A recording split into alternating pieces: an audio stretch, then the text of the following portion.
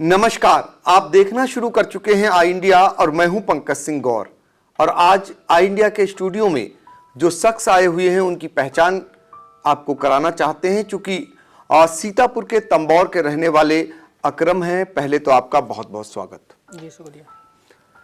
अकरम के बारे में आपको बता दें कि आप मुंबई में रहते हैं ज़्यादातर और वहाँ पर आपका प्रोडक्शन हाउस है। इन दिनों गोवा पुलिस एक बड़े मामले में उलझी हुई है। वो मामला है भाजपा नेत्री और टिक टैक की स्टार सोनाली का, जिनकी मौत को लेकर एक रहस्य बना हुआ है। और सोनाली फोगाट की मौत की मिस्ट्री को सुलझाने के लिए गोवा पुलिस दिन रात एक किए हुए है।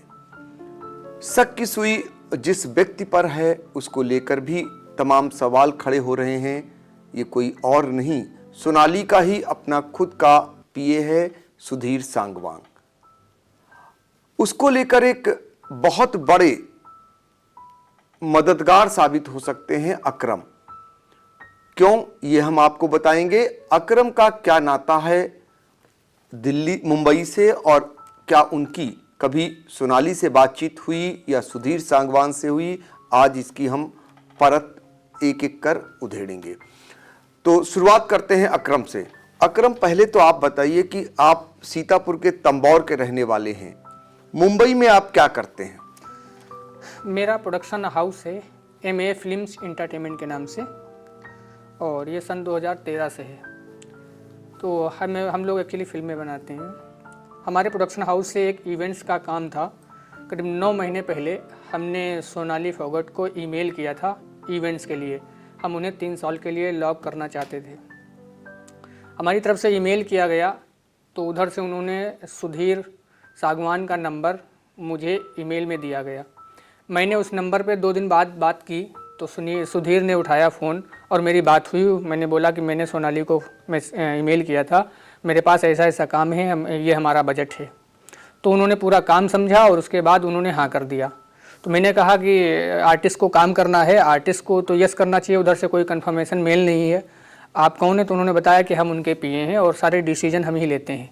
खैर, मैंने उनको बोला कि आप मेरी उनसे एक बार बात करा दीजिए। 2 दिन बाद उन्होंने मेरी बात कराई तो सेम बात वही सोनाली ने भी यही कहा कि यही सारे डिसीजन लेते हैं, काम हमारा यही देखते हैं, आप इनसे बात कर लीजिएगा। फिर उन्होंने बोला कि एक बार मुझे एग्रीमेंट बना के भेज दीजिए। तो कुछ टाइम बाद मैंने एग्रीमेंट उन्हें भेज दिया। एग्रीमेंट भेजने के बाद उन्होंने कहा कि हम लोग कब एग्रीमेंट करेंगे। तो मैंने कहा एक बार इसे रीड कर लीजिए, आप पढ़ लीजिए और अपने लॉयर को या CA को दिखा लीजिए। उन्होंने बोला कि मैं खुद एक लॉयर था, अभी वो काम नहीं कर रहा हूँ, मैं मैम के साथ रहता हूँ, मैंने इसे रीड कर लिया है। बात खत्म हो गई। वो काफ़ी बार उन्होंने कहा कि आप एग्रीमेंट करिए। सोनाली से हमारी बात नहीं हो पा रही थी तो हमने एग्रीमेंट नहीं किया। फिर एक डेट फाइनल हुई कि उन्होंने कहा कि हम लोग मिल सकते हैं, आप हिसार आ जाइए। तो हमने कहा हम हिसार नहीं आएंगे, हम दिल्ली आ सकते हैं फ़्लाइट से, और आप हिसार से दिल्ली आ जाइए, वो हमारे लिए काफ़ी लंबा पड़ जाएगा। तो उन्होंने कहा ठीक है। उस दिन 22 तारीख को हमारी बात हुई थी। तो उन्होंने बोला कि 27 तारीख को मैम का एक इवेंट्स है और हम लोग इवेंट्स करने जाएंगे, आप दिल्ली आ जाइए, वहीं पे हम मिल लेते हैं। तो हमने बोला कि अगर हम आते हैं तो एक बार हम आपको फ़ोन कर देंगे, और नहीं आते तो आप इवेंट्स ख़त्म करके आप चले जाइएगा। सोनाली से इन्होंने ये कहा कि अकरम जी आ रहे हैं मीटिंग के लिए, एग्रीमेंट करने के लिए, हम लोग 27 में चलेंगे अकरम जी से मिलने के लिए दिल्ली।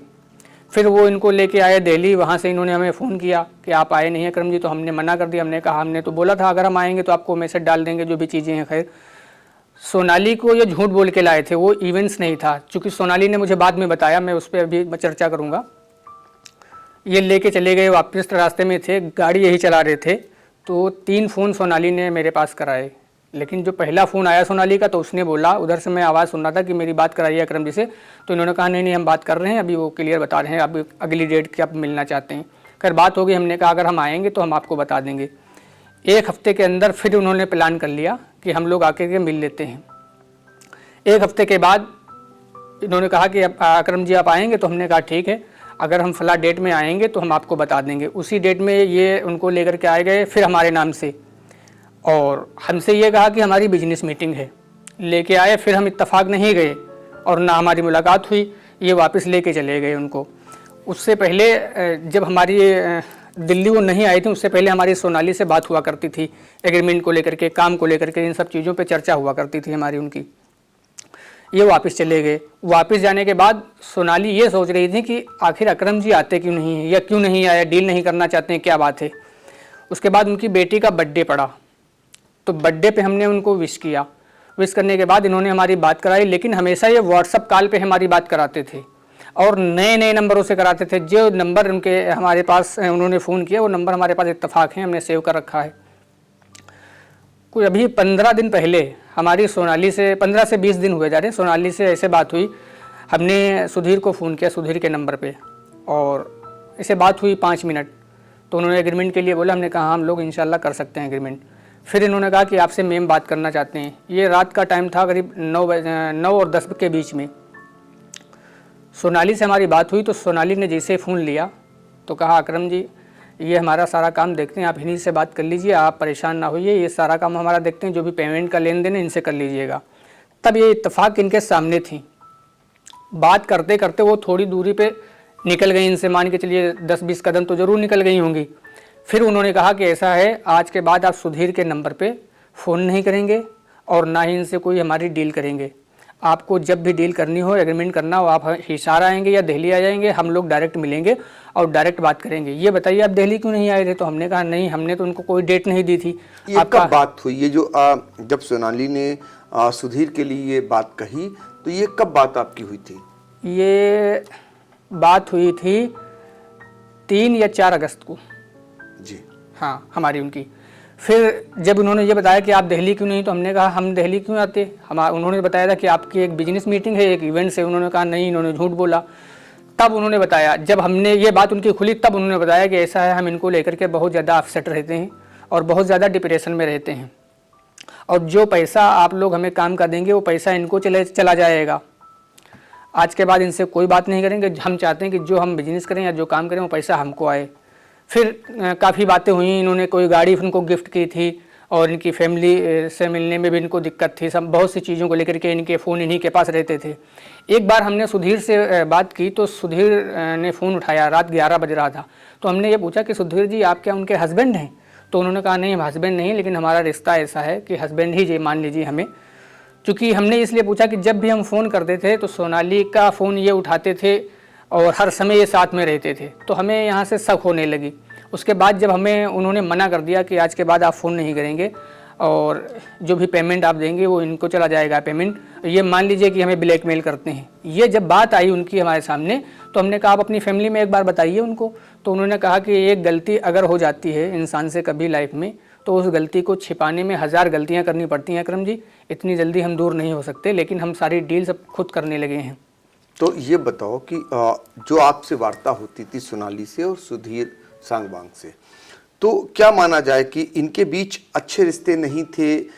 सोनाली और सुधीर सांगवांग के बीच में ये रिश्ते बिगड़ चुके थे? हाँ, उन्होंने एक शब्द कहा था कि जब हम शुरू में मिले थे अकरम, तो इन्होंने मुझे एक गाड़ी गिफ्ट की थी, शायद मर्सिडीज़ का नाम लिया उन्होंने। एक गाड़ी गिफ्ट थी, हम लोग चुनाव के टाइम मिले थे। उसके बाद हमारे रिश्ते बढ़िया थे।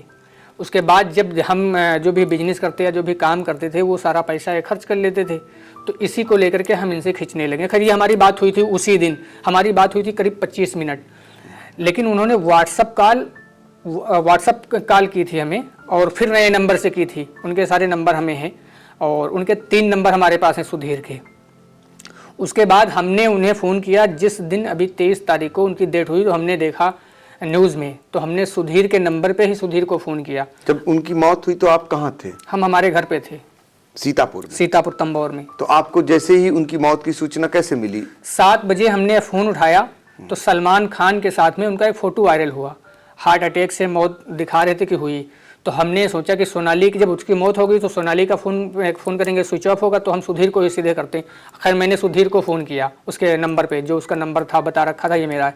उसने फ़ोन उठाया, उसने खुद उधर से बोला हाँ अकरम जी। मैंने कहा हेलो, फिर उसने कहा हाँ अकरम जी। मैंने कहा जो न्यूज़ देखी क्या वो सही है? तो उन्होंने कहा हाँ मैम को हार्ट फेल हो गया। हमने कहा अरे कहाँ, कैसे? तो उन्होंने कहा हम लोग गोवा आए थे। मैंने कहा कोई साथ में था फैमिली का? तो उन्होंने कहा हम थे साथ में खुद। मैंने कहा मिट्टी कब है? तो उन्होंने कहा कल होएगी, आज तो पोस्टमार्टम है। मेरी लास्ट टाइम ये बात हुई उनसे, सुधीर से। हाँ। हाँ करम जी। हेलो। हाँ करम जी। अरे तो देखिए अभी हमने क्या सही है? हाँ, डेथ हो गई मैडम की आज। अरे कैसे, कहाँ गए थे ये? हार्ट फेल आ गया जी, गोवा गए थे। अच्छा, हार्ट अटैक हुआ? हाँ जी। अरे, और कौन था फैमिली में से, कोई था साथ में? मैं ही था साथ में। अरे अभी बिल्कुल वो सलमान भाई ने वो पोस्ट की है, सलमान खान ने शायद, तो मैंने अभी देखा जस्ट, मैंने कहा अरे, तो किस टाइम मिट्टी है? हाँ जी, मिट्टी किस टाइम है? मिट्टी शायद कल होएगी जी, पोस्टमार्टम के बाद। अच्छा अच्छा, और बाकी सब बच्चे ठीक हैं सब? तो अब क्या लगता है दोनों के बीच में जो आज गोवा पुलिस पूरे मामले को सुलझाने में लगी हुई है, चूंकि एक ऐसी मौत और जिसको लेकर के गोवा पुलिस भी खासा परेशान है और पूरे देश के लोग जानना चाहते हैं कि सोनाली की आखिर मौत की वजह क्या रही।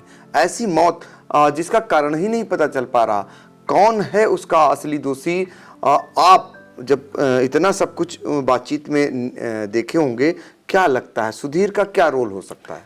एक्चुअली सुधीर का रोल ये हो सकता है कि जैसे सुधीर से हमारी बात हुई तो उन्होंने जिस हिसाब से हमें बताया कि मैम की डेथ हो गई है, वो दर्द नहीं था। फिर हमने जो सोनाली से हमारी बात हुई थी, जो प्रॉब्लम में रहती थी, डिप्रेशन में रहती थी, वो सब चीज़ों को लेकर के हमने माइंड किया, तो हमें ये लगा कि शायद सुधीर का कुछ काम ऐसा है जो गलत इन्होंने किया है। तो हमने तुरंत हिसार पुलिस और हरियाणा पुलिस को ट्वीट किया, और जो उनकी बेटी वसुंधरा है, मैंने उसके इंस्टाग्राम पे पर्सनल मैसेज भेजा कि आपकी मम्मा को शायद सुधीर परेशान कर रहा था, मेरे पास कुछ उनकी रिकॉर्डिंग्स, कुछ एविडेंस हैं, अगर मेरी ज़रूरत कहीं पे हो तो आप मुझसे ले सकते हैं, या जो उन्होंने मुझसे शेयर किया आप वो बातें हम बता सकते हैं आपको। क्योंकि जब सुधीर 15 दिन पहले 20 दिन मेरी बात हुई तो उन्होंने बताया कि हम परेशान रहते हैं, डिप्रेशन में रहते हैं, पैसा हमारा खर्च कर लेते हैं, इनसे कोई डील नहीं करना, फिर उनकी अचानक से मौत हो जाना। अच्छा, वो बंदा हमें शुरू से ही नहीं पसंद आया था भाई साहब, वो बंदा हमें शुरू से ही नहीं पसंद आया था। लेकिन जब ये सब चीज़ें हुई तो हमने तुरंत हरियाणा पुलिस को, हिसार पुलिस को और गोवा पुलिस को हमने ट्वीट किया, हमने फेसबुक से भी पोस्ट डाली।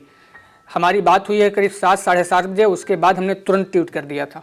अकरम, ये बताइए कि अब इस मामले में अगर पुलिस आपकी मदद लेती है तो क्या आप मदद देने को तैयार होंगे? हाँ बिल्कुल, जो मुझे जानकारी जो सोनाली ने मुझसे शेयर किया, सोनाली ने मुझे अपना आधार कार्ड भी सेंड किया, मेरे पास उसके आधार कार्ड की फ़ोटो कापी वगैरह पड़ी हैं, और हमारी जो डील्स हो रही थी उसके भी बारे में। अगर पुलिस कोई हमसे मदद लेना चाहती है तो सोनाली ने जो मुझसे शेयर किया है, और सुधीर ने जो 2 बार उनको ले जाने का काम किया है दिल्ली, उनसे बोला कि अकरम जी आ रहे हैं, और हमसे बोला कि इवेंट से जो भी चीज़ें हैं, खैर हमारे तक जो हैं, तो हम उनके परिवार की और पुलिस की हर समय मदद करने के लिए तैयार हैं, क्योंकि वो पीड़ित परिवार है, और मुझे तो लगता है कि उन लोगों ने गलत किया है। बिल्कुल।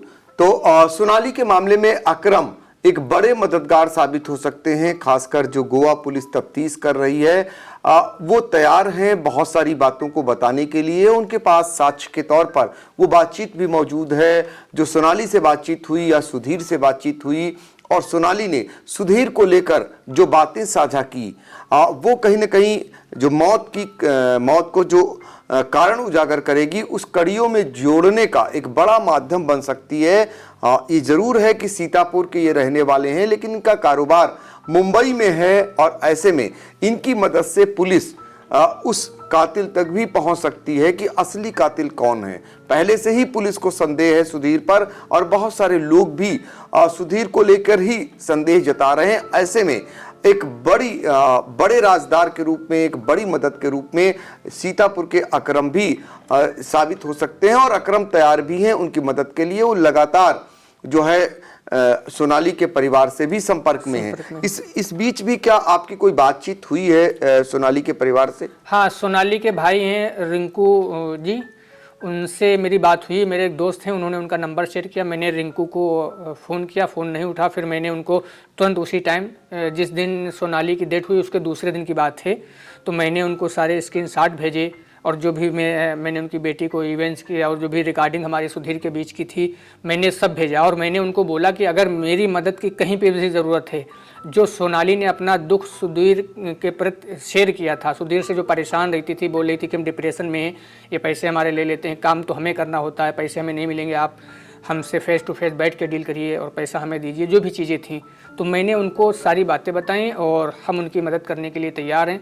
सुधीर के घर, सोनाली के घर के जो कुछ पड़ोसी हैं वो भी हमारे संपर्क में हैं। सुधीर का भाई जो है रिंकू, वो भी हमारे संपर्क में है, और काफ़ी लोग हरियाणा के जो हमारे संपर्क में हैं। बिल्कुल, तो ये है मददगार जो कहते हैं कि मदद कर सकते हैं पुलिस की सोनाली के मामले को लेकर के। ये बताइए अकरम की जो सोनाली का केस, अब तो आपके पास बहुत सारी बातें जब आप बता रहे हैं, परिवार से भी बातचीत हो रही, पड़ोस से भी आप जो उनके पड़ोस के रहने वाले उनके भी संपर्क में हैं, क्या लग रहा, प्रथम दृष्टया क्या लगता है कि सोनाली की मौत कैसे हुई होगी? भैया मेरा मानना है, जो मेरा अपना अनुभव है, ये दोनों लोग काफ़ी क्लोज हो गए थे। सोनाली ने जब बताया कि हम लोग शुरुआत में काफ़ी हमारा रिश्ता अच्छा था, इनके अंदर कोई बड़ा लेन देन हुआ है, वो चाहे बिजनेस पर्पस का हो या एज आ फ्रेंडली लोन हो या कुछ भी उधार लिया हो, और ये लेन देन जो बड़ा हुआ होगा, अभी वो पैसा रिटर्न मांग रही होगी, या इनके जब रिश्ते ख़राब हुए तो इनको लगा कि पैसा देना पड़ेगा, अगर पुलिस केस होगा तो हमें जेल होगी, पैसा खर्च हो चुका होगा, बहुत सी चीज़ें रही होंगी। तो भैया मर्डर तभी होते हैं ऐसे, मेरा अपना मानना है कि जब हम परिवार में कोई बात नहीं बताते हैं तो फिर सामने वाला जो हमारा दुश्मन होता है वो हमारा फ़ायदा उठा लेता है। उसने ये तो कबूला कि हमने उनको, क्या नाम है उसका, जहर का जो ड्रग्स, हाँ ड्रग्स उनको दी, ओवरडोज दी गई जिससे उनकी मौत हुई, लेकिन उसने कबूला कि हाँ हमने जान के दी, ज़बरदस्ती दी। लेकिन भैया बात यहाँ पे ये है कि आखिर दी क्यों गई, ये पुलिस को असल पता करना चाहिए कि तुमने जो ड्रग्स दी या उनको ज़बरदस्ती दी तो क्यों दी। अगर उनकी हालत ख़राब हुई है रात 2 बजे तो उनके घर वालों को पहले फ़ोन करना चाहिए था, उनके भाई को, या उनके हस्बैंड नहीं है उनकी बेटी को, उनके जेठ को, किसी को भी फ़ोन करना चाहिए। फिर 4 बजे उनकी तबीयत जब ख़राब हुई तब भी उन्होंने फ़ोन नहीं किया, 6 बजे तक उसमें पड़ी रही। उसके बाद जब ये अस्पताल लेके गए तो डॉक्टर ने वहाँ पे मृत घोषित कर दिया। फिर इन्होंने उनके भाई को फ़ोन किया और बोला कि वो शूटिंग पे आई हैं और उनकी मौत हो गई, लेकिन ये भी झूठ निकला कि वो शूटिंग पे गई थी। क्योंकि अभी न्यूज़ में हमने देखा कि ये लोग बता के गए थे कि हम चंडीगढ़ जा रहे हैं, और चंडीगढ़ नहीं गए, सीधे अपने गुड़गांव वाले फ्लैट गए और फ्लैट से सीधे गोवा गए। इसका मतलब पूरी प्री प्लानिंग थी सुधीर की कि हम ऐसे ऐसे ले जा करके, चूँकि ड्रग्स लेना पहले से ही तो प्लान होगा, होटल्स में ड्रग्स लेना, जो भी चीज़ें हैं। तो मेरा तो मानना यही है भैया कि पुलिस इसकी इन्वेस्टिगेशन करे, क्योंकि अभी 302 का तो मुकदमा उन पे लग गया है, केस हो गया, लेकिन मारा क्यों, किस लिए मारा है, ये असल मायने रखता है। बिल्कुल, तो अकरम का भी जो शक है वो सीधे तौर पर सुधीर सांगवान के प्रति ही है सोनाली की मौत के मामले में, और उनका मानना है कि अब ये बात जो है राज नहीं रहनी चाहिए कि मौत की कारण क्या है, ये भी उजागर होना चाहिए, और इसमें पुलिस जो भी मदद उनसे चाहेगी वो तैयार हैं, गोवा पुलिस हो या हरियाणा की पुलिस हो या फिर कोई और हो। अकरम पूरी तरीके से मदद के लिए तैयार हैं, सहयोग देने के लिए तैयार हैं। आने वाले समय में फिलहाल ये राज खुलने की मांगे भी बहुत तेजी से उठ रही हैं और इस समय मीडिया की सुर्खियों में भी है। ऐसे में अब ये पूरा मामला उजागर भी होना चाहिए, क्योंकि मौत जिस तरीके से हुई है वो अपने आप में एक अनूठी मौत है और उसका खुलासा बहुत ही जरूरी है। फिलहाल आपने बातचीत की, आपका बहुत बहुत शुक्रिया, धन्यवाद।